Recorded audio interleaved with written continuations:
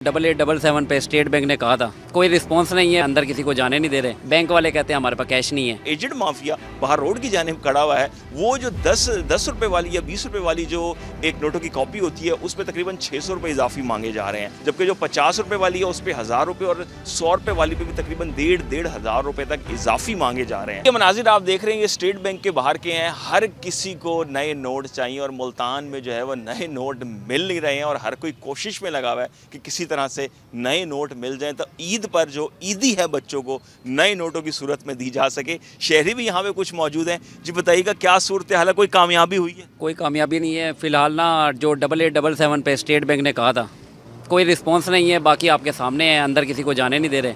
Bank वाले कहते हैं हमारे पास कैश नहीं है। हालात यही आए हुए हैं। कब से आए हुए हैं? ये तकरीबन 2 घंटे हो गए हमें आए हुए। 2 घंटे से बैठे हुए, अंदर नहीं जाने दे रहे, ना पूछ रहे हैं। वो कह रहे हैं ब्रांचों में जाओ, ब्रांच वाले कहते हैं कैश नहीं है। तो 8877 पे मैसेज कोई मैसेज नहीं आया, कोई रिप्लाई नहीं आया, बिल्कुल भी नहीं आया।